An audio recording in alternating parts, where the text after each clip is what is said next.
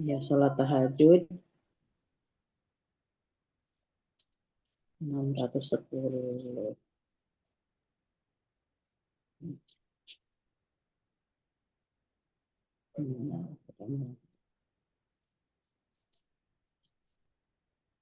Iya. Monggo di nomor berapa aja, Dok? Lah, yang penting tahajud. Iya, sebentar Ustazah. Di nomor 10. Kalau di yang ya ini juga bisa Quran ya perlu ilhamadukum bil amri Pak ya Kak. Ini ada perbedaan sedikit.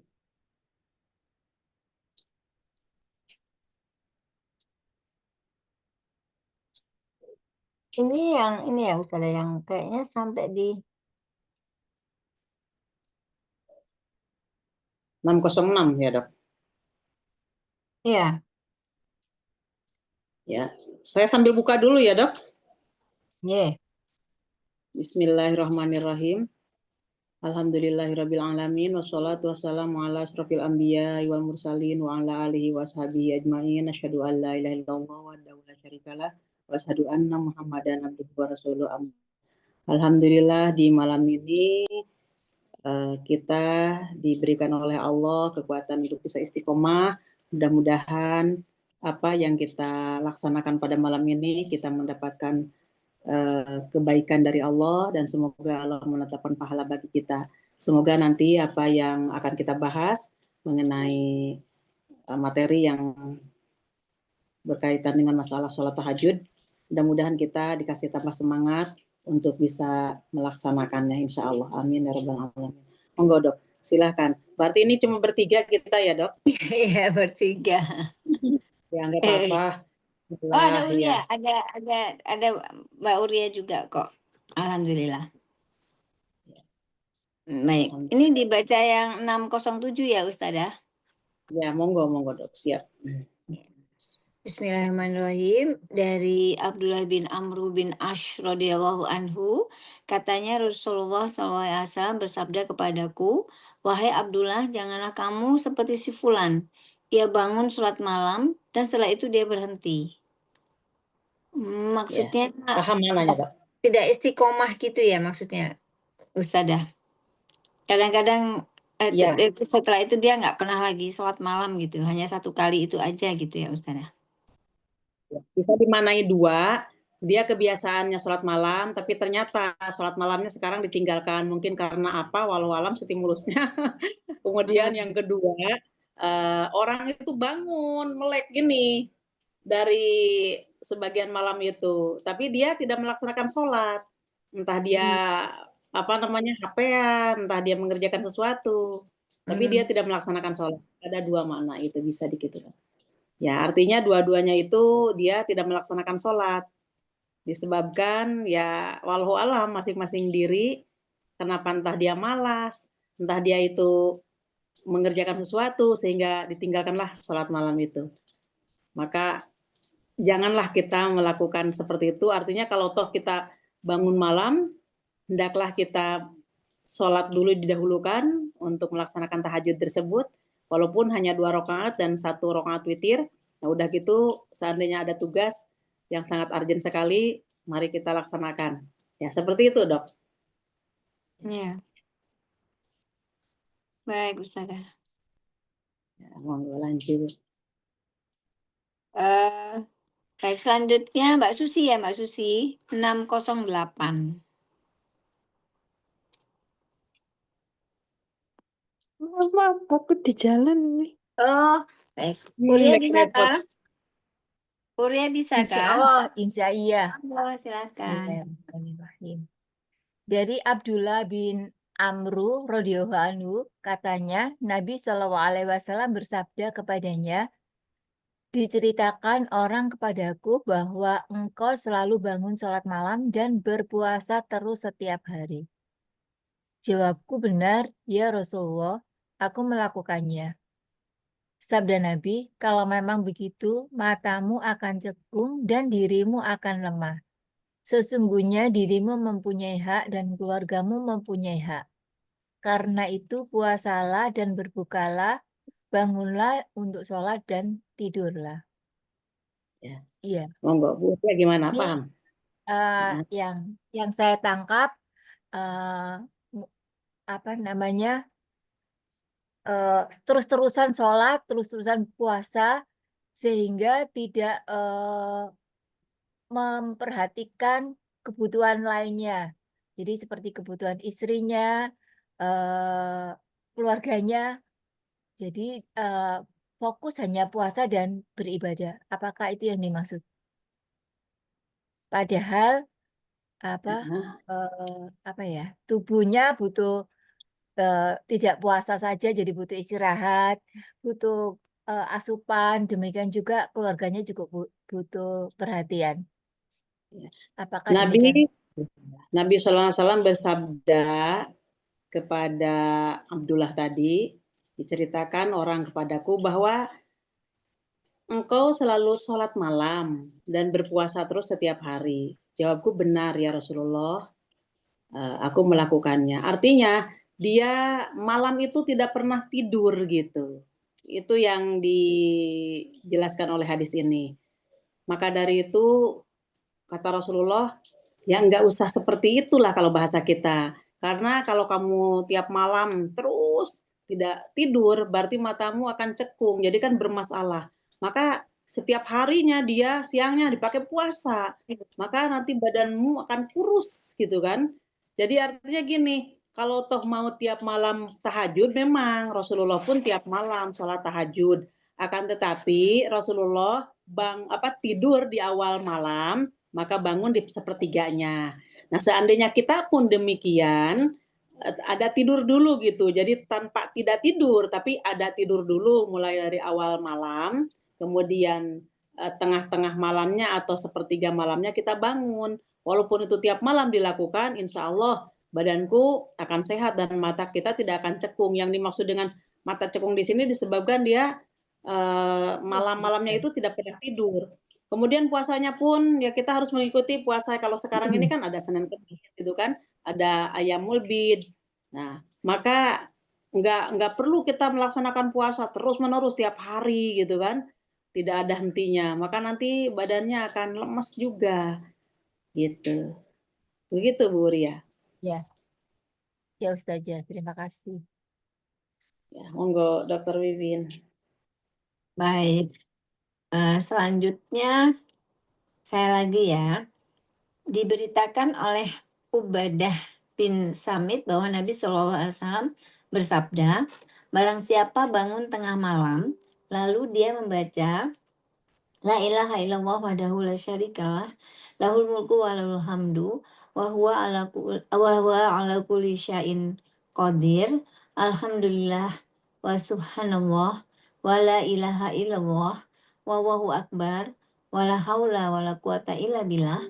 Kemudian dilanjutkannya, Allahumma gfirli, tidak ada Tuhan yang patut disembah melainkan hanya Allah satu-satunya, tidak ada sekutu baginya, miliknya sajalah kekuasaan dan miliknya sajalah segala puji, dan dia berkuasa atas segala-galanya. Segala puji hanya milik Allah, Maha Suci Allah. Tidak ada Tuhan melainkan hanya Allah, dan Allah Maha Besar. Dan tidak ada daya, tidak pula kekuatan melainkan hanya milik Allah. Kemudian dia melanjutkan, wahai Allah, ampunilah kiranya aku. Jika dia mendoakan, jika dia mendoa, diperkenankan doanya. Jika dia mengambil wudhu, lalu dia sholat, maka diterima Allah sholatnya.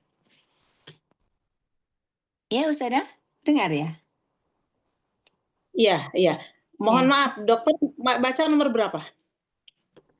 Bacanya nomor 609, jadi halaman 43 lanjut 44. Gimana Ustazah? Bukankah yang tadi yang dibaca itu yang dibaca Bu Uriah 608. 607. 608. 8. 608 kan Bu Ria. 608. Tadi saya baca yang ini Ya. Ustazah, 609. Ya, betul. 609. Iya, betul. Iya. 609. Diberitakan oleh Ubadah. Iya. Malam ya membaca.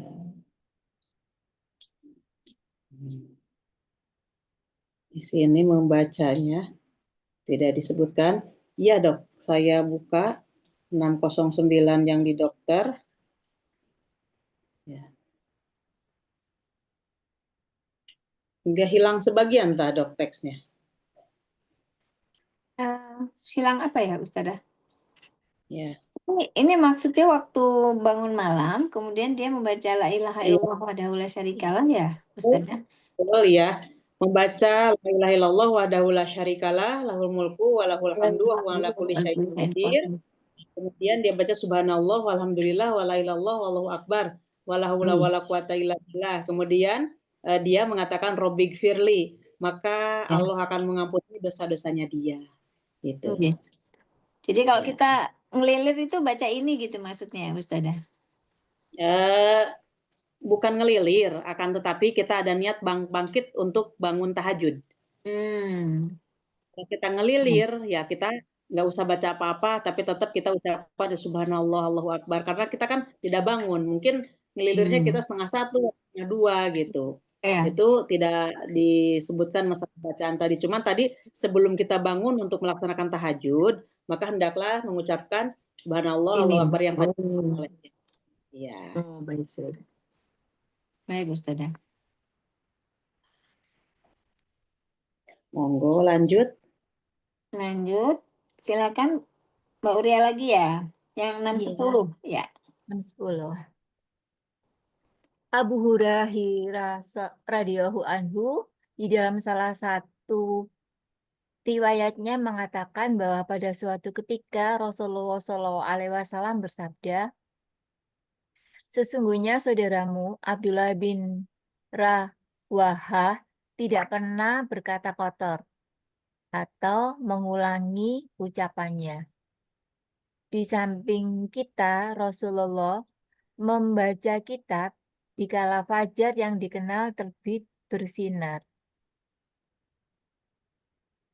Kita lihat petunjuk sesudah buta, kita yakin perkataannya benar. Pada malam hari beliau tidur hanya sebentar, ketika orang musyrik tidur nyenyak.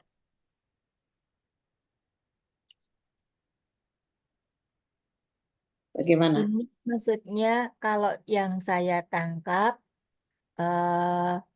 bahwasanya di malam hari itu menjaga kita ini tidak berkata kotor, itu menjaga ucapannya. Kemudian di malam hari tetap ingat kepada Allah, jadi ada sebagian waktu untuk beribadah. Apakah semacam itu ya?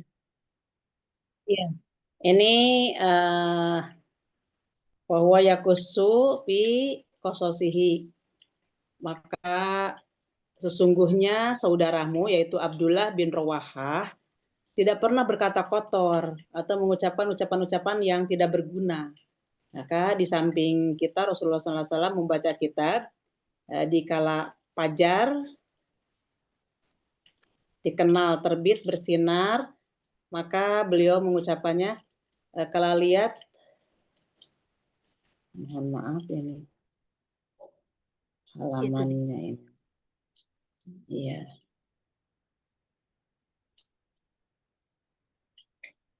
Ya. Kita lihat kita lihat petunjuk itu kan? Kita lihat petunjuk sesudah buta gitu bukan? Iya, iya betul. Iya.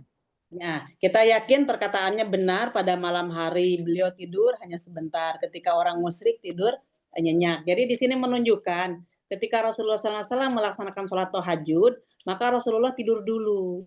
Maka setelah tidur, orang-orang musyrik semuanya atau orang-orang yang kafir, mereka pasti tidur nyenyak. Bahkan sholat subuh pun kan mereka tidak menghiraukan adzan, namanya orang kafir.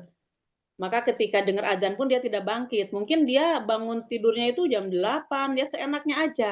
Maka ketika itu Rasulullah SAW melaksanakan sholat tahajud gitu. Jadi untuk menyelisihi orang-orang kafir. Ya.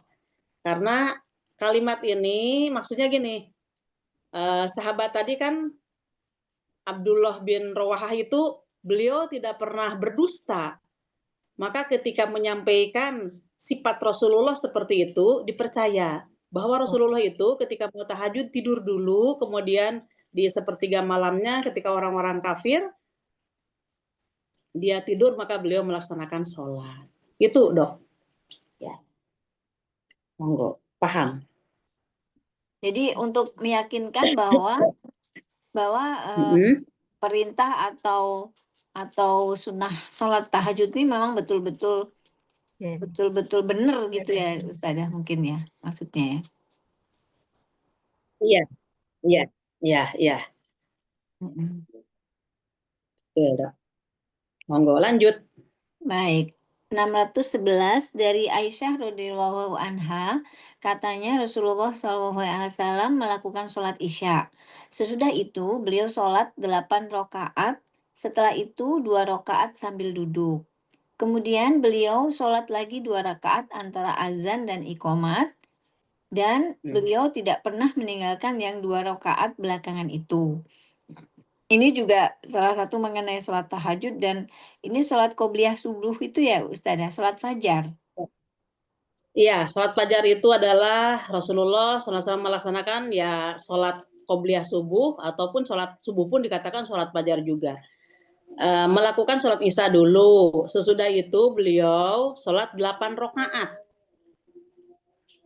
Nah ini Dok, setelah itu beliau sholat 8 rakaat, setelah itu 2 rakaat sambil duduk. Kok sambil Berarti duduk jumlahnya kenapa? 10. Kok sambil duduk? Kenapa? Kok sambil duduk kenapa Ustazah? Ya, Rasulullah mungkin Capek. dalam kondisi lemah. Oh, boleh ya Gitu. Ustazah. Ya. Oh. Ya, boleh. Tapi kalau kita tidak ada uzur, seperti kita kan mohon maaf, kita sehat, tidak ada sakit di lutut. Berarti kalau umpamanya kita melaksanakan sholat, terutama yang fardu, kalau kita melaksanakan sholat sambil duduk tanpa ada uzur, maka pahalanya separuh Dok. Ya. Tapi ketika kita sholat dalam keadaan uzur dan kita posisinya duduk, sholatnya tetap sempurna pahalanya. Karena kita ada uzur, ada sakit. Iya. Di sini yang akan saya jelaskan, sudah itu beliau sholat 8 rakaat. 8 rakaat 1 kali salam, Dok. Oh gitu ya. Sholat, kemudian beliau sholat sama narokaatin 8 rakaat tuh, Dok. Jadi di sini kalimat 2 rakaat salam tidak 2 rakaat salam, tapi Rasulullah SAW melaksanakan sholat 8 rakaat. Berarti 1 kali salam. Maka setelah itu 2 rakaat sambil duduk. Berarti jadi 10. Kemudian beliau sholat lagi 2 rakaat. Nah, antara azan dan iqomah. Berarti ini yang kedua ini sholat yang 2 rakaat yang terakhir, ini namanya qobliyah subuh. Nah, itu Dok. Iya. Jadi ini mungkin menunjukkan bahwa mungkin waktu itu Rasulullah sedang lelah ya Ustazah, maka langsung 8 rakaat, kemudian yang 2 bahkan sambil duduk. Karena yang 1 rakaatnya itu kan beliau biasa melakukannya sebelum tidur ya Ustazah, yang witir itu. Ya. Nah, jadi boleh seperti itu, witirnya di awal ya. Iya. Sholat itu. Tapi di sini disebut Iya Ustazah. 8 rakaatnya itu di sini Rasulullah dalam keadaan posisi berdiri, karena dikatakan di sini 8 rakaat, setelah itu 2 rakaat sambil duduk. Ya, setelah itu setelah yang 8 rakaat berdiri, maka untuk yang 2 rakaatnya beliau sambil duduk. Boleh seperti itu? Boleh gitu. Iya Ustazah. Rasulullah makin hari pun beliau makin sepuh dan makin tidak kuat lagi untuk berdiri. Bahkan di sholat wajib pun beliau melakukannya kadang-kadang mengimami jamaah, beliau dalam keadaan duduk. Maka jamaah pun disuruh duduk.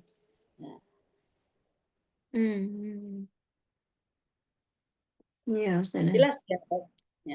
Monggo, iya, lanjut. jadi tergantung keadaan ya semuanya itu ya. Iya. Ya, jadi ketika kita kondisi sehat, insya Allah kita sempurnakan sholat. Tapi ketika kita kondisinya tidak sehat, maka sesuai dengan kemampuan kita. Ya, Ustazah, monggo. maksudnya Rasulullah ngimami duduk, makmumnya disuruh duduk juga. Iya. Jadi gini kalimatnya di dalam hadisnya. Apabila imam duduk, maka hendaklah kalian yang menjadi makmum itu duduk pula. Walaupun di antara makmumnya itu ada yang kuat. Nah, karena ada hadis yang mengatakan janganlah seperti orang Yahudi, gurunya itu duduk maka pendetanya duduk maka umatnya itu adalah berdiri, itu nggak boleh. Jadi kalau umpamanya imamnya duduk maka makmum pun harus duduk. Di hadis lain ada itu. Walaupun tidak ada uzur ya untuk sholat duduk Walaupun ya. nggak ada uzur bagi makmum. Walaupun nggak ada uzur bagi makmum, beliau sehat maka mengikuti imam. Iya. Iya begitu dong. Monggo, Dokter Wibin. Baik. Sinta bisa baca ya sayang? 6.12. Bisa, tapi ini gimana ya? 6.12. Bisa? Oh enggak, gede itunya. Tulisannya. Oh digedein ya sebentar. Digedein paling 6, digedein DW ya? digedein di 6 berapa? 6.12. 6, Yang sebelah 12. kanan. Dan dari Jahir bin Abdullah radhiyallahu an, katanya Rasulullah Shallallahu Alaihi Wasallam mengajarkan kepada kami sholat istikharah untuk segala urusan, seperti dia mengajarkan kepada kami surat Al-Quran. Sabda beliau, apabila seseorang kamu hendak melakukan sesuatu pekerjaan, lebih dahulu hendaklah ia sholat 2 rakaat yang bukan fardu, kemudian membaca doa. Allahumma inni astaghfiruka biilmika wa astaqdiruka bi kudratika wa as'aluka min fadlikal azim wa innaka taqdiru wa la aqdiru wa ta'ala. Wa ta'lamu wa ta'lamu. Mana itu wa ta? Iya, wa ta'lamu. Oh ini wa ta'lamu wa la a'lamu wa anta al-alamul guyuh. Allahumma in kunta ta'lamu anna hadzal in amro kunta ta'lamu anna hadzal amra khairun lil fil dini fil dinil wa ma'asyi wa akibatu amri. Aduh, melaku. Fakdurku lil wa yasiru lil isuma barik ilfih wa in kunta ta'lamu anna hazal amra syarrul lil fidini wa ma asifa wa akibatu amri akli amri wa afili fasiruhu anni wasirfinil anhu waqdur liyal khaira haitsu kana sumardini. Wahai Allah, sesungguhnya aku mohon pilihan kepada Engkau dengan ilmu Engkau, dan mohon kuasa kepada Engkau dengan kekuasaan Engkau. Dan aku meminta kepada Engkau kurniamu yang maha agung, sesungguhnya Engkau maha kuasa, sedangkan aku tidak kuasa. Dan Engkau maha tahu, sedang aku tidak tahu. Dan Engkau maha tahu segala yang gaib. Wahai Allah, jika menurut pengetahuanmu pekerjaan ini baik bagi agamaku, bagi kehidupanku dan akibat kesudahannya, maka berilah aku kesanggupan untuk melaksanakannya, serta mudahkanlah dia bagiku, kemudian berikan berkat bagiku padanya. Dan jika menurut pengetahuanmu pekerjaan ini tidak baik bagi agama, kehidupan serta akhir kesudahannya, maka singkirkanlah dia dariku dan jauhkanlah aku daripadanya. Serta tukarlah bagiku dengan yang lebih baik daripadanya, kemudian ridhoilah dia bagiku. Iya. Ini sholat istikharah namanya. Di dalam Islam ada yang dikatakan sholat istikharah termasuk sholat sunat hukumnya. Kapan sholat istikharah ini dilakukan? Maka ketika ada dua pilihan yang betul-betul kita bingung mana yang harus kita kerjakan dan mana yang harus kita pilih. Maka ketika kita yang satu saya senang, yang satu pun ini yang keduanya senang juga. Terus itu bagaimana? Maka kita mohon pertolongan kepada Allah untuk dipilihkan. Artinya nanti insya Allah Allah akan memberikan greget dan kemudahan kepada salah satu pilihan kita. Maka doanya seperti yang dokter baca tadi. Begitu dok? Ustadzah, kalau itu ada yang melamar, terus kita itu perlu istikharah bukan antara dua pilihan, tapi antara menerima atau tidak. Misalnya gitu gimana itu? Bisa, iya.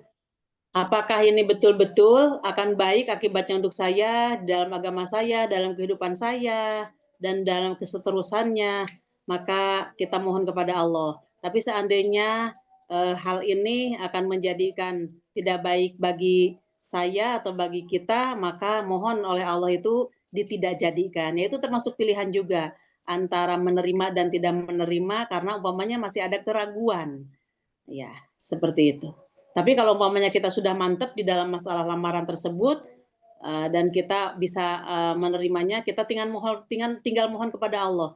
Ya Allah, mohon dikasih barokah, dikasih kelancaran dan lain sebagainya. Tinggal mohonnya seperti itu gitu. Kalau di dalam hati kita ini memang sudah pilihan kita dan kita mantap, kita pilih. Ya. Ya, makasih. Ya, monggo Dokter Wiwin. Iya Ustazah, alhamdulillah. Baik, selanjutnya Indri saya bisa baca kah? Ya, bisa. 613. Waalaikumsalam. 615 ya. 13 sayang. Ini dia. Bismillahirrahmanirrahim. Dari Abu Qatadah bin Rib'i Al-Ansyari radhiyallahu anhu, ia mengatakan bahwa Nabi Shallallahu alaihi wasallam bersabda, apabila seseorang kamu masuk ke dalam masjid, janganlah duduk lebih dahulu sebelum sholat 2 rakaat. Sholat tahiyatul masjid ya Ustazah. Ya, sholat tahiyatul masjid. Dan udah pasti ini dilakukannya di dalam masjid.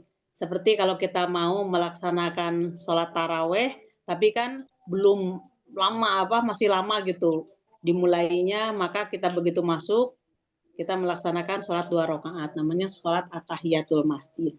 Maka setelah itu kita melaksanakan sholat 2 rakaat antara azan dan qomat boleh sebelum melaksanakan sholat isya. Maka setelah itu insya Allah kita sama-sama melaksanakan sholat isya berjamaah. Ya itu Bu Indri insya Allah. Monggo bunda-bunda jelas juga ya. Ya. Monggo dapat dia. Lagi 614. Boleh, 614 ya. Diceritakan oleh Abdullah bin Umar, katanya aku sholat bersama Rasulullah Sallallahu Alaihi Wasallam 2 rakaat sebelum sholat zuhur, 2 rakaat sesudah zuhur, 2 rakaat sesudah Jumat, 2 rakaat sesudah maghrib, dan 2 rakaat sesudah isya. Ini sholat yang biasa, sholat sunnah seperti biasanya itu ya Ustazah ya. Qobliyah, ba'diyah, ya. Ba'diyah qobliyah. Jadi ini dijelaskan bahwa hari Jumat pun Rasulullah melaksanakan sholat 2 rakaat sesudah Jumatan. Dan 2 rakaat sesudah maghrib. Dan 2 rakaat sesudah isya. Jadi jumlahnya aku sholat bersama Rasulullah 2 rakaat sebelum sholat zuhur. Sebelum. Dan 2 rakaat sesudah sholat zuhur. Qobliyah dan ba'diyah zuhur. 2 rakaat sesudah Jumat. Nah kalau Jumatan Rasulullah di sini disebutkan ba'da ya, ba'da Jumatan, berarti ba'da, kalau kita ba'da zuhur. Kemudian 2 rakaat sesudah maghrib dan 2 rakaat sesudah isya. Ya, yang biasa kita lakukan. Monggo. Cuman Ustazah, saya kok ya, saya pernah tahu 4 rakaat sebelum duhur ya? ya ada. Di hadis Bulughul Maram jelas sekali, barang siapa yang dia melaksanakan sholat, dan Rasulullah pernah melaksanakan sholat qobliyah qobliyah zuhur 2 rakaat dan 4 rakaat, dan ba'diyah zuhurnya itu 2 rakaat. Berarti Rasulullah melaksanakan qobliyahnya yang 4 dan ba'diyahnya 2. Di hadis yang lain ba'diyahnya 4, qobliyahnya pun 4. Jadi dua-duanya boleh kita melakukan, milih yang mana. Seandainya mungkin kita ini lagi longgar, lagi tidak ada kerepotan, maka kita mengambil sholat sunatnya itu boleh 2 rakaat, boleh 4 rakaat. Kemudian 4 rakaat sebelumnya, 4 rakaat sesudahnya boleh. Dua-duanya hadisnya ada. Lanjut, Dokter. Terus ada yang melaksanakan qobliyah maghrib, Ustazah. Bagaimana itu? Ya. Dua. Iya, ada di dalam hadis, bahkan 3 kali Rasulullah menyampaikannya. Sholatlah sebelum maghrib, sholatlah sebelum maghrib. Maka ketiga kali, sholatlah sebelum maghrib bagi siapa yang menghendaki. Artinya bahwa qobliyah maghrib itu ada dalilnya dan boleh kita laksanakan. Dan itu kata-kata bagi siapa yang menginginkan, artinya bahwa itu hukumnya sunat, tidak wajib gitu. Ada, Dok. Ya. Jadi rawatib itu yang dianjurkan yang ini sebenarnya ya Ustazah ya. Yang Semuanya sangat dianjurkan, tapi dipahami nanti oleh para ulama ke kalimat mu'akkad dan goer mu'akkad. Kalau qobliyah subuh, qobliyah dari awal subuh dulu. Kalau qobliyah subuh, karena Rasulullah tidak pernah meninggalkan dan Rasulullah istiqomah di dalam melaksanakan qobliyah subuh, maka itu dikatakan sholat rawatib yang mu'akkad. Nah, kemudian zuhur sebelum dan asar itu dikatakan muakkad juga karena Rasulullah melaksanakannya. Kalau asar sebelumnya asar itu karena jarang-jarang disebutkan Rasulullah melaksanakan, tapi ada anjuran dari Rasulullah, maka itu adalah goer muakkad. Kemudian maghrib tadi di sini termasuk hadis ini dilaksanakannya ba'da maghrib, berarti itu yang ba'da maghribnya mu'akkad, yang sebelum maghribnya goer mu'akkad. Itu, Dok. Oke, baik. Iya, Ustazah. Baik. Selanjutnya ini Zoom user siapa ya? Zoom user ini siapa ya? Nggak tahu ya. Namanya Zoom user. Siapa ya? Baik, selanjutnya saya ya. Dari Jabir radhiyallahu anhu, dia mengatakan bahwa Rasulullah SAW pernah bersabda ketika ia sedang berkhutbah. Katanya, apabila seseorang kamu masuk masjid dan imam sedang berkhutbah atau dia telah datang untuk itu, salatlah kamu lebih dahulu 2 rakaat sebelum duduk. Ini maksudnya yang atahiyat masjid itu ya Ustazah? Iya, karena kan baru datang gitu kan, kepada orang baru datang. Maka ada yang mengatakan itu adalah atahiyatul masjid, atau karena memang dilakukannya sebelum sholat Jumatan, maka itu adalah qobliyah. Ada yang mengatakan qobliyah zuhur atau qobliyah Jumatan. Tapi penekanannya tadi kan Rasulullah di Jumat itu melakukannya ba'diyah. Maka setelah Rasulullah sholat Jumatan, maka Rasulullah melaksanakan 2 rakaat setelah sholat Jumat. Berarti di sini disebutkan tidak menggunakan qobliyah Jumatan, akan tetapi atahiyatul masjid yang dipakainya. Ya gitu dong. Baik, Ustazah. Selanjutnya kembali ke Uria ya, 6:16. Dari Abu Hurairah radhiyallahu anhu katanya, Nabi SAW berpesan kepadaku supaya aku melakukan sholat duha 2 rakaat. Iya, Ini ya sunnah yang sangat dianjurkan ya Ustazah, sama dengan iya. tahajud. Ya, Nabi berpesan kepadaku supaya aku melakukan sholat duha 2 rakaat. Di dalam Muslim dikatakan bahwa semua manusia diciptakan ruas-ruasnya itu terdiri dari 630. Barang siapa yang dia itu bisa mengimbangi dengan kebaikan sebanyak 360 pada hari itu, artinya dia bersedekah sebanyak 360, dan di dalam hadis yang lain di pagi hari semua manusia punya berkewajiban untuk berbuat baik mengikuti persendian yang kita miliki sebanyak 360.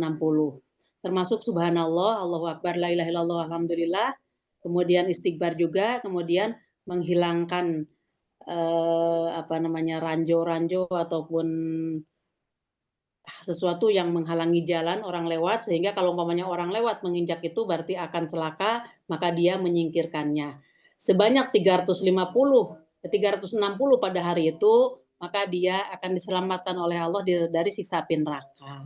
Nah, maka itu bisa diimbangi dengan sholat 2 rakaat gitu. Itu keutamaannya sholat 2 rakaat duha. Bagaimana, Dok? Jadi duha itu afdalnya 2 atau 4 atau 8 Ustazah? Kalau masalah abdol, semuanya abdol. Yang biasa dilakukan Rasulullah, soalnya kan ada yang bilang 4.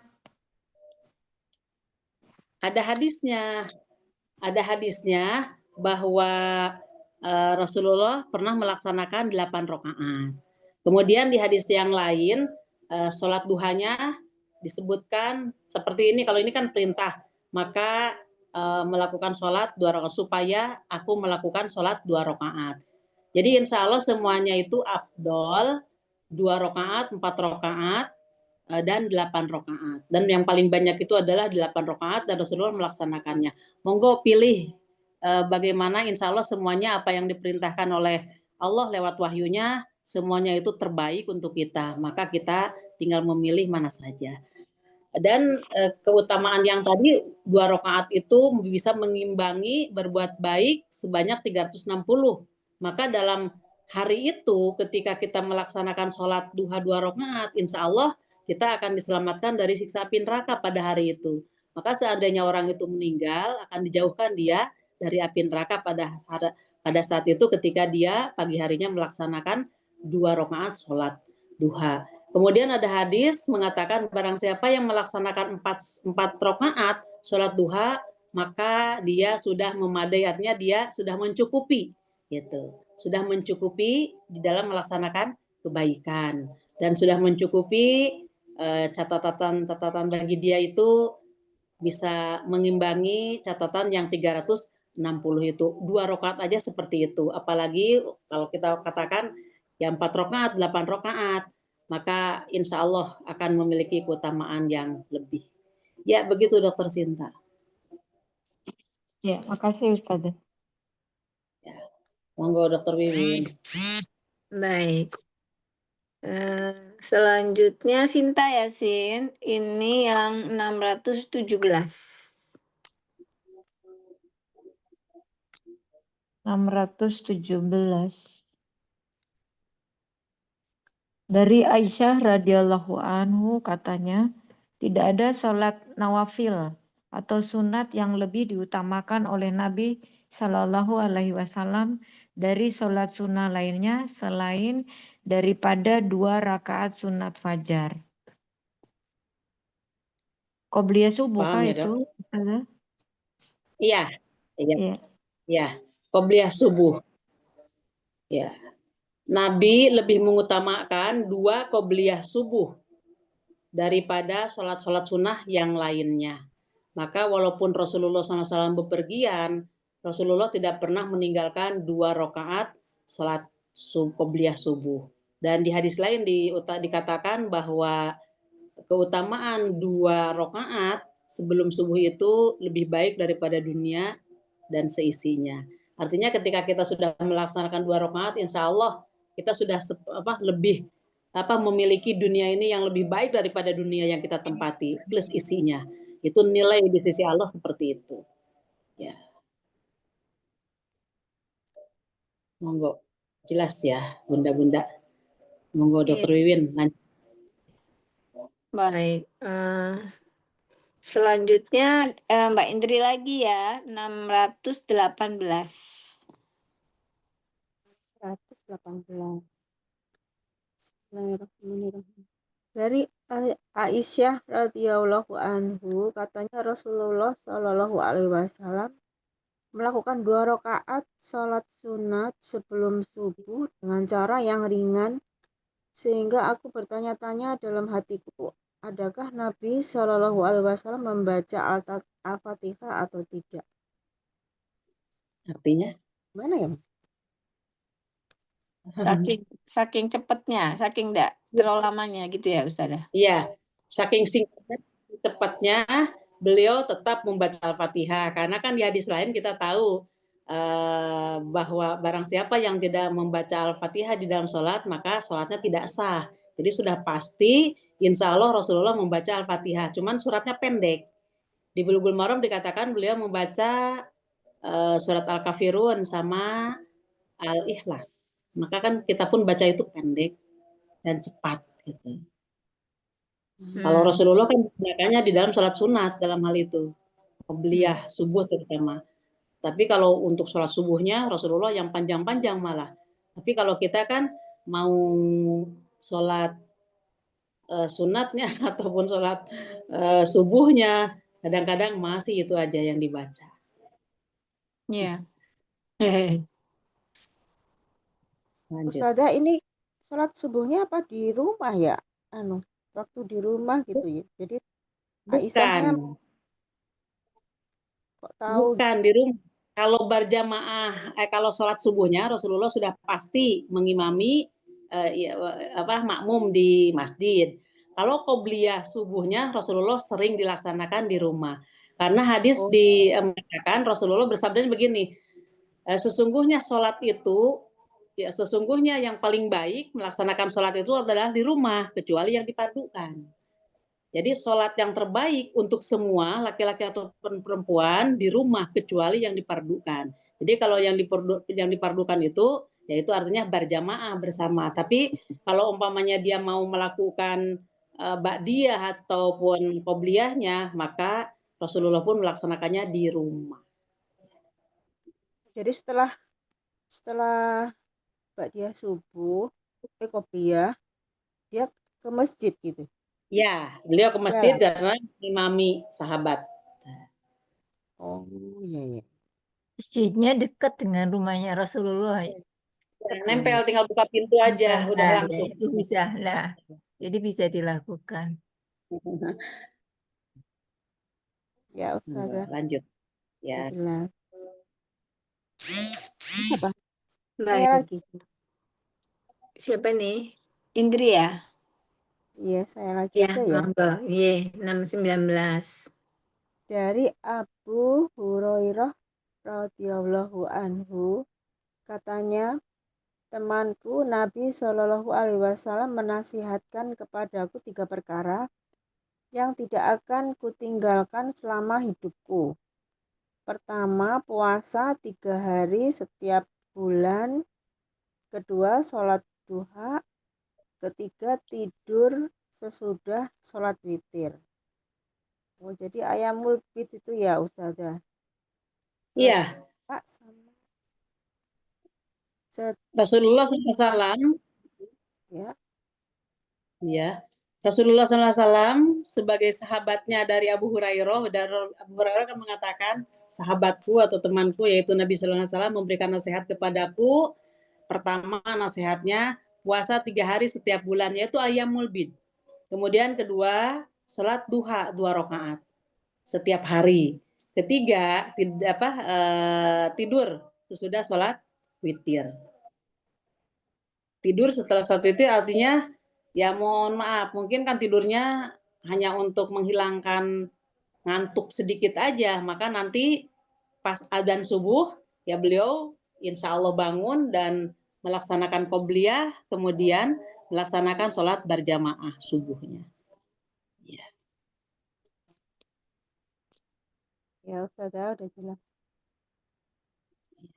Baik, selanjutnya saya ya. 620 dari Aisyah radhiyallahu anha, dia mengatakan sesungguhnya Nabi Shallallahu alaihi wasallam tidak pernah meninggalkan sholat sunat 4 rakaat sebelum duhur dan 2 rakaat sebelum subuh. Oh ini ya yang 4 rakaat sebelum duhur itu ya, Ustazah? Yang tadi kan betul. Jadi 4 rakaat sebelum zuhur. Artinya bahwa sebelum zuhur itu boleh dilaksanakan 2 rakaat, ada dalilnya boleh dilaksanakan 4 rakaat qobliyahnya. Pilih yang mana monggo. Semuanya insya Allah ada keutamaannya. Monggo bagaimana? Ya. Ustazah, maaf, saya kembali ke atas dulu itu. Puasa 3 hari setiap bulan itu apakah harus Yaumul Bid? Apakah kalau Senin Kamis tidak dihitung 3 hari dalam 1 bulan? Di situ kan tidak disebutkan 3 harinya apa, tapi 3 hari setiap bulan. Ya, 3 hari setiap bulan itu ada 2 bagian, ada 2 macam. Pertama, 3 hari, pokoknya dalam setiap bulan itu mengambil 3 hari. Mau dari awal, mau dari tengah-tengah, mau dari akhir, atau mau dari awal, tanggal berapa saja, hari apa saja, kemudian nanti ngambil lagi, diacak gitu. Harinya itu diacak, yang penting dalam setiap bulan, bulannya ini mohon maaf, bulan Hijriyah ya, itu diambil 3 hari. Kalau kata-katanya Ayyamul Bid itu, langsung kepada Ayyamul Bid. Iya dok, di sini mau Ayyamul Bid, boleh yang penting 3 hari, ataupun selain Ayyamul Bid. Jadi boleh melaksanakan puasa, selain Ayyamul Bid, yang penting 3 hari juga. Ya, Ya, salah kasih. satu ayyamin, 3 hari. Atau boleh diambilnya begini, diambil di akhir, dari tanggal 10 sampai tanggal 29, pokoknya saya ini mau puasa di tanggal 25-nya, 25, 26, 27, nggak apa-apa, nggak masalah. Jadi kita ngambil dalilnya itu dalam setiap bulan itu ada 3 hari. Ya. Monggo, lanjut. Baik, selanjutnya Mbak Uria lagi ya, yang 621.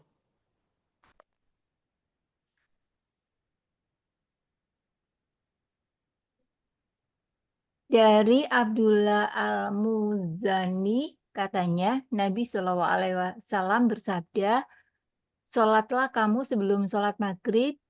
Diucapkannya sampai 3 kali, dan pada kali yang ketiga beliau menambahkan, "Bagi siapa yang ingin melakukannya."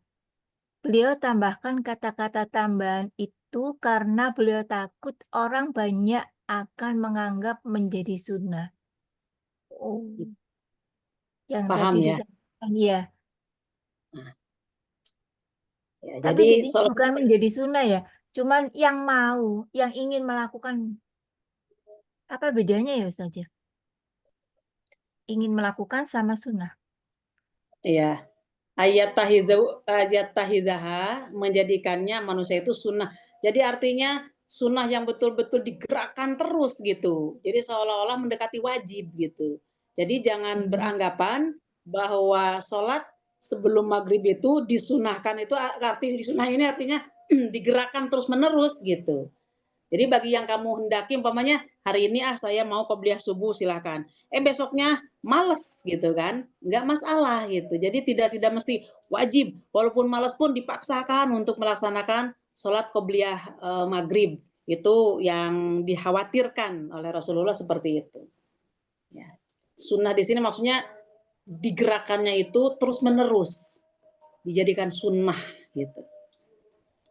Sholatnya sholat sunat, selain yang wajib, tapi di dalam pelaksanaan sholat sunat tersebut dijadikan sunnah, artinya terus menerus.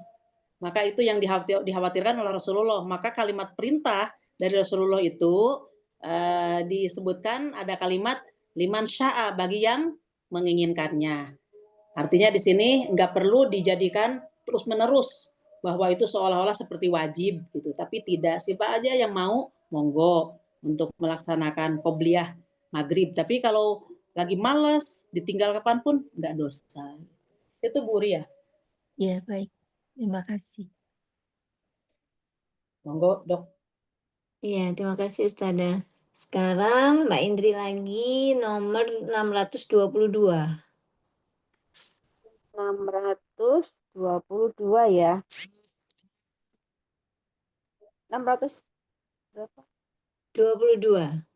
Oh, Ya, dari Ibnu Umar radhiyallahu anhu, dia mengatakan bahwa Rasulullah Shallallahu alaihi wasallam bersabda, kerjakanlah beberapa di antara sholatmu di rumahmu, dan janganlah kamu jadikan rumahmu itu menjadi kuburan.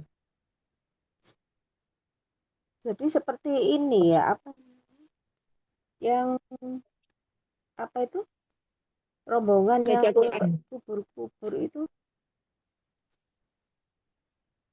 kenapa? Dan bacalah. janganlah jadikan rumahmu itu menjadi kubur. Monggo, Jadi gitu ya, bagaimana? kayak sepi gitu ya, kayak kuburan itu sepi.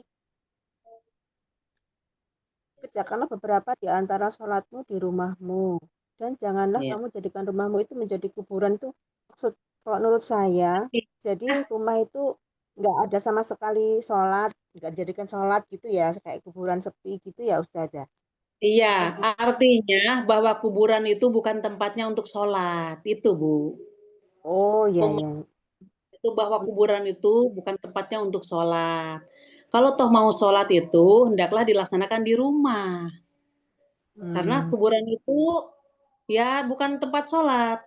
Maka seandainya rumah kalau dijadikan kuburan, berarti rumah itu sama sekali tidak dijadikan tempat sholat. Maka dari itu jadikanlah rumah itu adalah tempat sholat. Artinya di hadis yang lain didukung bahwa sholatlah sebaik-baiknya sholat adalah di rumah kecuali yang dipardukan. Itu satu hadisnya. Yang kedua, bahwa sholat itu adalah sebagai nurun, cahaya. Maka ketika sholat itu sebagai cahaya, kita bagi dua cahayanya. Ketika kita berjamaah di masjid, berarti itu yang wajibnya. Berarti masjid akan bercahaya. Tapi ketika kita melaksanakan sholat yang sunnahnya, laksanakanlah di rumah. Insya Allah rumah pun akan bercahaya karena kita pun melaksanakan sholat di rumah. Sekali lagi bahwa kuburan itu bukan tempatnya untuk sholat, maka janganlah dijadikan kuburan tempat sholat. Nah, ironisnya lain kan, mohon maaf, yang fenomena yang kita lihat seperti itu. Itu, Ya monggo. Ustazah. Ada yang belum paham, ada yang mau Ini ditanyakan, silahkan. Ustazah, ini berlaku untuk kaum laki-laki kan? Kalau berjamaah di masjid, penekanannya kepada laki-laki. Kalau perempuan, rumah lebih utama.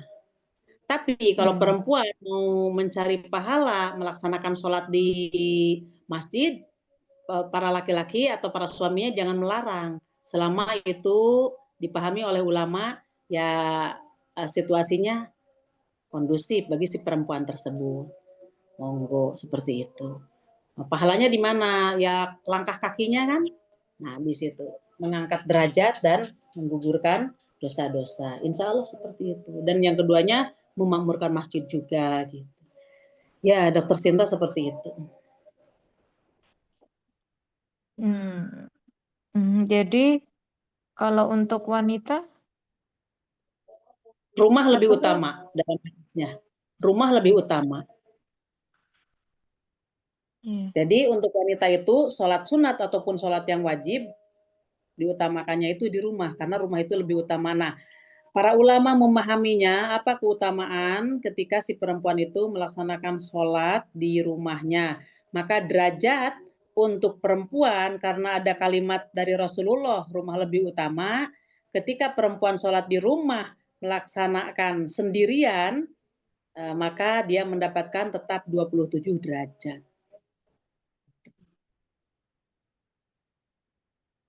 Kalau laki-laki di rumah hanya 1 derajat. Tapi kalau perempuan di rumah mendapatkan 27 derajat. Itu Dokter Sinta bagaimana? Ya, Ustazah, paham teman.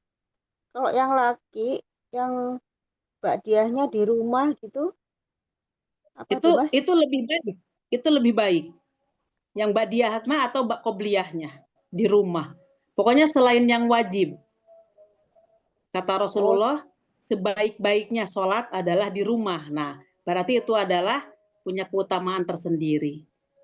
Lebih baik di rumahnya, kecuali yang dipardukan, yang diwajibkan. Begitu, Bu Indri. oh iya. Ya Ustazah, udah jelas.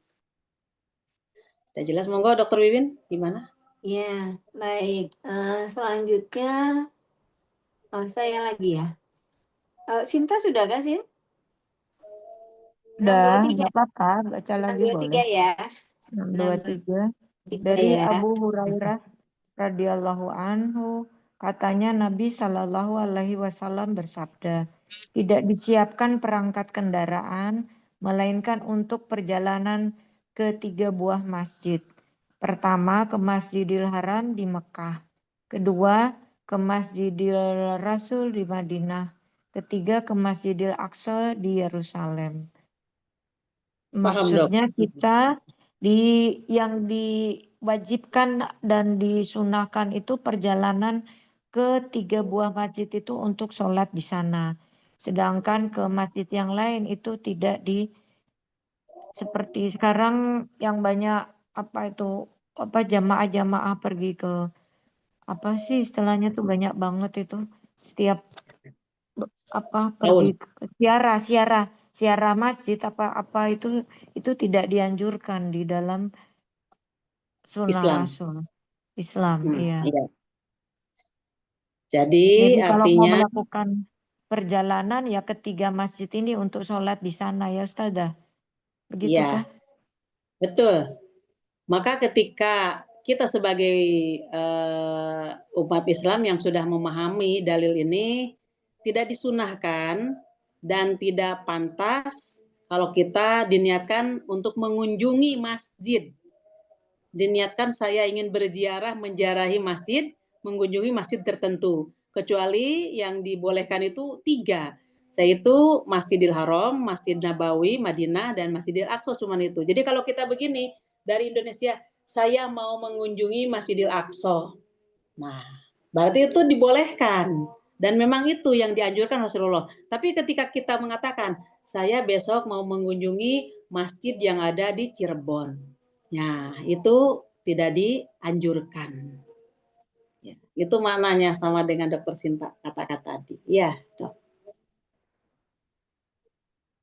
Lain lagi dengan begini, kalau umpamanya kita ke Malang, ya mohon maaf mungkin healing atau rekreasi ke suatu tempat, memang tempatnya ke tempat rekreasi, kita piknik ke situ.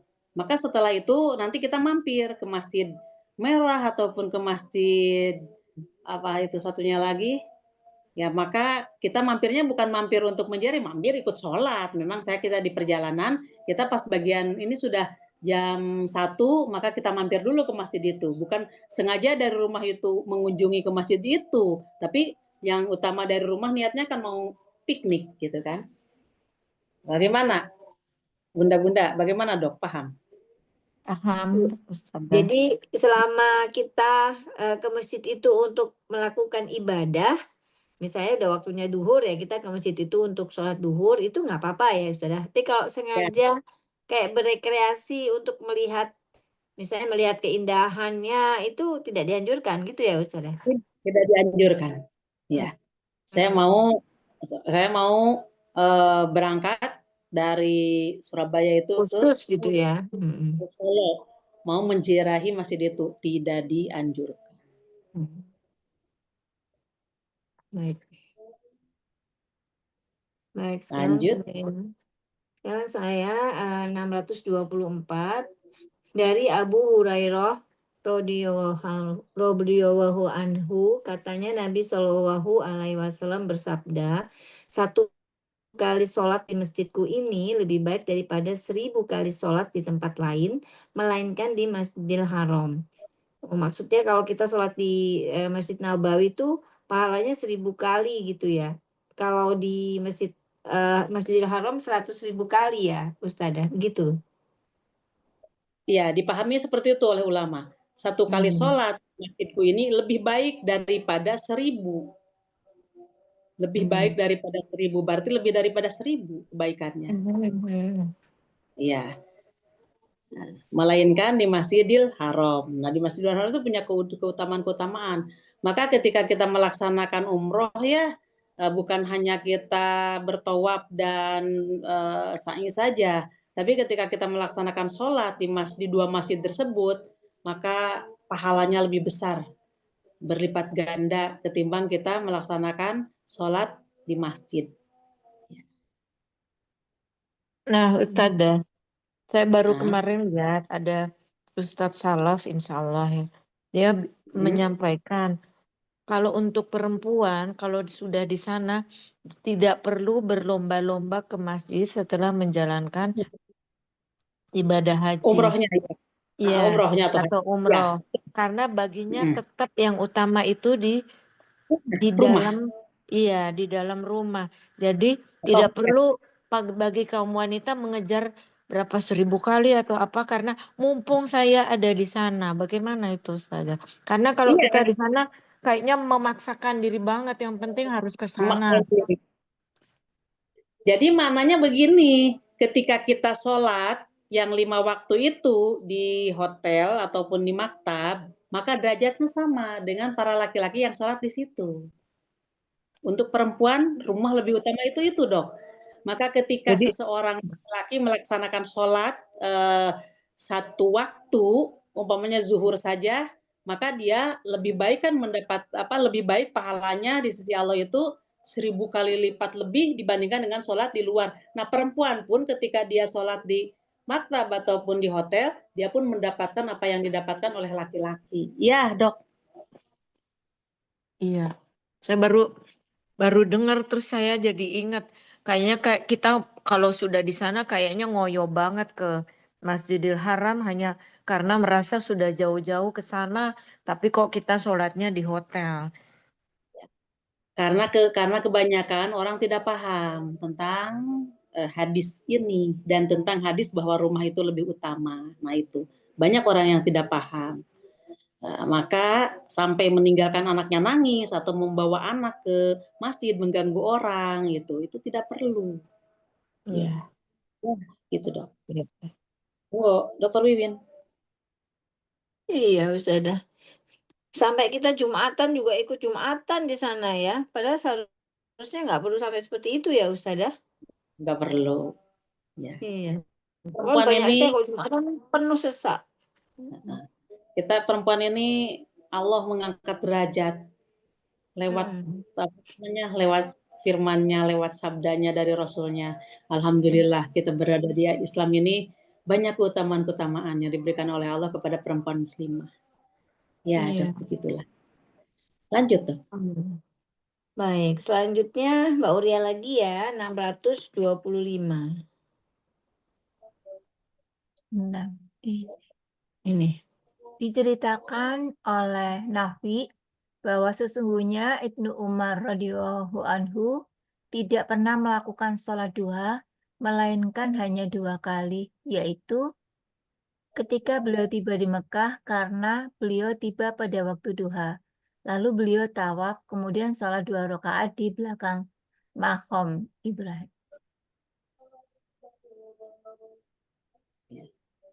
Paham, Bu Ria? Ya, sebentar. Pada hari itu beliau mengunjungi Masjid Kuba, biasanya beliau berkunjung ke sana setiap hari Sabtu. Setiba di situ, beliau terus masuk ke masjid dan salat 2 rakaat, sesudah itu beliau keluar.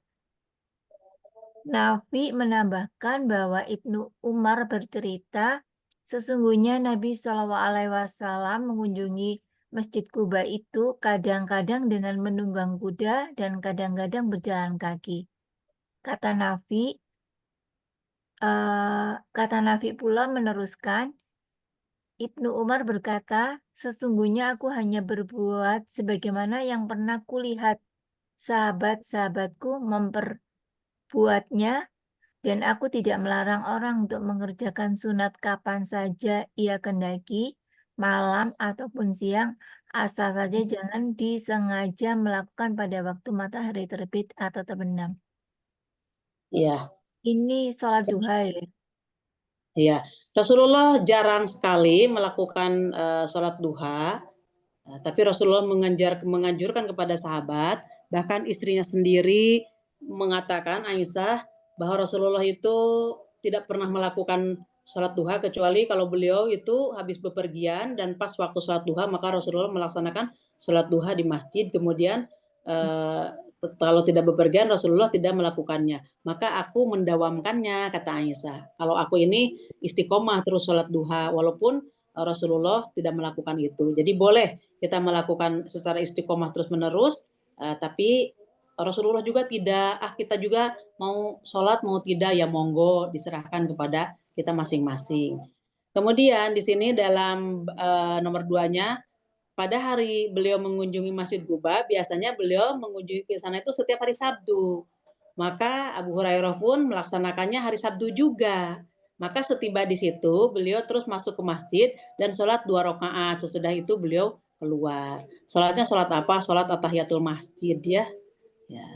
Kemudian di sini Nafi menambahkan bahwa Ibnu Umar bercerita sesungguhnya Nabi Sallallahu Alaihi Wasallam mengunjungi Masjid Quba itu. Nah, kadang-kadang orang itu datang ke Masjid Quba itu kan bukan hari Sabtu. Kalau pas harinya selain hari Sabtu, maka tidak dilarangnya. Cuman Rasulullah melaksanakannya di hari Sabtu. Dan Rasulullah tidak menganjurkan kepada siapapun untuk hari Sabtu melaksanakan sholat di masjid tersebut, dan yang lainnya pun tidak dilarang ketika kapan saja beliau mau orang-orang mau melaksanakan sholat di situ.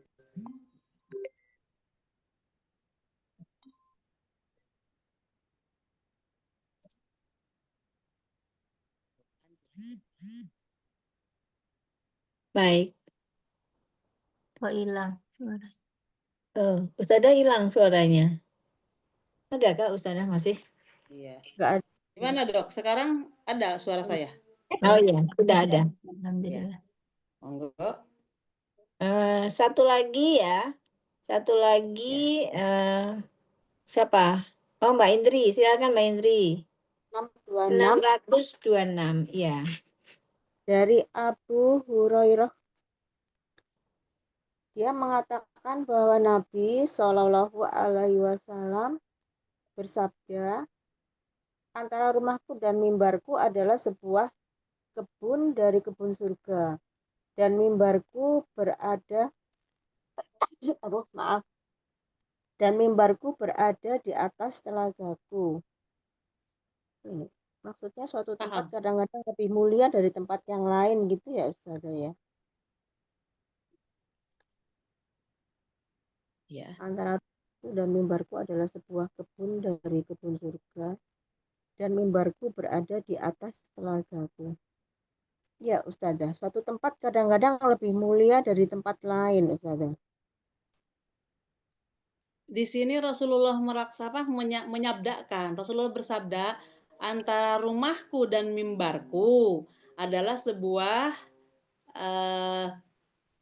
taman dari taman-taman sorga. Dan mimbarku berada di atas telagaku, di atas telaga Al-Kausar.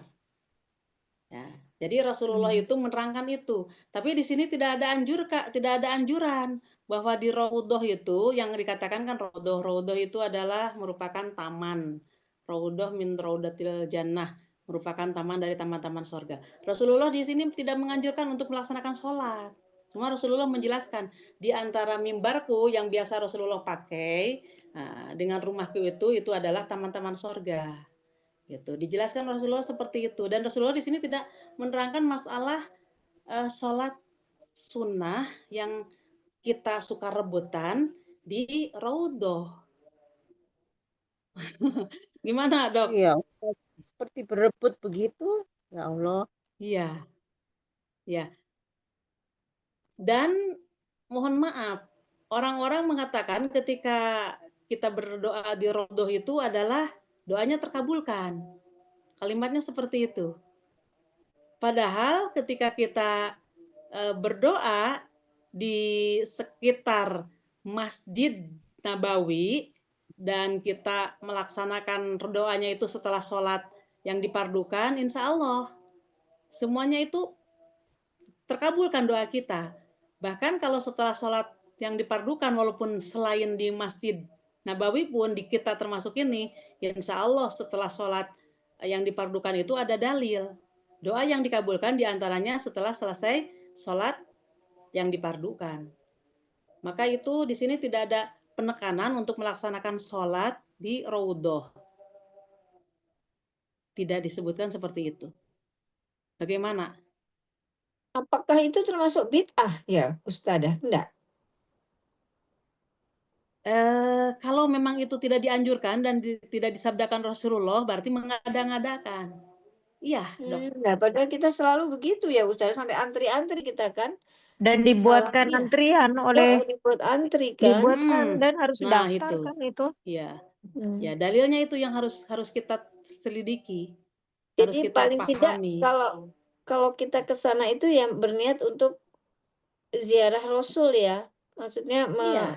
menemui Rasul ya. Bukan untuk sholat-sholat dan segala macam yang selama ini ya kita lakukan ya, Ustadzah. Jadi Rasulullah itu hanya menjelaskan antara rumahku dan mimbarku. Nah, itu adalah Tapi kok sebuah sampai kebun dari kebun surga, menjelaskan itu. Jadi posisinya itu berada di atas taman surga. Dan mimbarku yang biasa Rasulullah yang sekarang ini kan ada tulisan warna birunya itu kan ya. Maka mimbarku itu berada di atas telagaku, di atas telaga Al-Kausar. Ya, itu. Makanya Dan kita di situ tidak ada diusir-usir ya. anjuran. Ya, mohon maaf tidak ada anjuran ya. Iya, makanya kita tapi sampai difasilitasi ya diusir. Ustazah ya Ya, sama betul. pemerintah Saudi Arabia kan kayaknya memang sudah ya udah memang begitu perjalanan ibadah haji antara lain sholat di Raudah dan untuk ke situ perlu daftar lewat Iya, online gitu lewat travel itu yang mendaftarkan iya. grupnya terus disusun itu kan diorganisir kan jadinya. Jadi bagaimana itu ya? Ya, kita kalau sudah memahami tentang ini dan di sini tidak ada anjuran, ya sebagaimana yang Dokter Wiwin tadi katakan, khawatir kita jatuhnya ke dalam hal itu yang diada-adakan. Jadi Ya, sebenarnya mungkin ya begitu diaturnya itu adanya. agar kita bisa mengunjungi Rasulullah sebenarnya. Makanya kan kita nggak boleh lama-lama kan disuruh cepat pergi. Dan sebenarnya itu salah satu usaha mereka sebenarnya untuk menghalangi kita melakukan hal yang diada-adakan itu mungkin ya, Ustazah. Ya. Iya. Jadi kita menziarahi Masjid Nabawi, ya sudah plus. Di situ ada makam Rasulullah. Dan para Iya. sahabat itu tidak pernah saya selama membaca hadis tidak pernah berbondong-bondong untuk Sholat di menziarahi sana. makamnya Rasulullah. Apalagi di situ beliau dijadikan Rasulullah yang sudah meninggal itu dijadikan Iya. perantara untuk Iya, dikabulkannya iya. doa kepada Allah. Saya tidak menemukan itu. Ya, Dan itu para mungkin yang sahabat sebenarnya tidak dihindari. melaksanakan. Tapi Ustazah saya kan ikut travel yang salaf insya Allah ya yang terakhir saya ke sana ini itu Ustadznya kok maksudnya tidak menerangkan atau melarang atau meluruskan gimana ya Ustazah. Saya kan insya Allah kan saya juga nyari travelnya kan yang salaf ya, yang Ya, sesuai sunnah Rasul. Tapi kok terakhir saya ke sana itu kok juga ya di ini masukkan dalam daftar untuk ke Raudah dan tidak dijelaskan bahwa di sana nanti tidak perlu sholat, tidak perlu berdoa, cukup datang saja. boleh jadi mungkin ketika Dokter Sinta ikut ke travel beliau dianggap jamaah yang ikut travel beliau itu sudah dianggap paham semuanya, Dok. Jadi nggak perlu diulas masalah itu. Kemungkinan seperti itu, Dok. Iya. Sudah umum ya Ustazah, kalau ke Raudah itu kayak berebut dan kayak wajib Iya. gitu kalau mana. Ya, pokoknya di sini tidak ada anjuran Dan kalau toh itu dilaksanakan, maka kita harus kembali ke dalam dalil. Selama dalil itu belum diketemukan atau memang kita tidak mengetahui, ya kita perlu bertanya kepada yang sudah tahu, dan saya menjelaskan di sini apa adanya dari sini. Ya, seperti yang kita baca ini. Ya, jelas ya, dokter, insya Allah ya. Insya Allah, Ustazah, insya Allah. Iya. Ya, bagaimana Dokter Wibin, udah sampai di sini ya? Iya, Mudah-mudahan apa yang kita sudah. bahas dijadikan oleh Amin. Allah sebagai penuntun bagi kita untuk menuju jalannya Allah yang lurus, dan semoga Allah selalu membimbing kita, dan mudah-mudahan kita mendapatkan pahala dan ampunan dari Allah Subhanahu wa Amin, taala. amin, Amin ya amin. rabbal alamin. Subhanakallahumma wa bihamdika asyhadu an la ilaha illa anta astaghfiruka wa atubu ilaik. Rabbana atina fid dunya hasanah wa fil akhirati hasanah wa qina adzabannar. Wassalamualaikum warahmatullahi wabarakatuh. Waalaikumsalam Selamat warahmatullahi istirahat wabarakatuh. ya. Jazakallah khair, Ya, Ustazah. Terima sama-sama. kasih. saja. Insya Allah ketemu Kamis depan. Amin. Terima kasih semuanya. Assalamualaikum Terima kasih. warahmatullahi wabarakatuh. Selamat malam. Saya tutup ya. Selamat istirahat. Barakallah.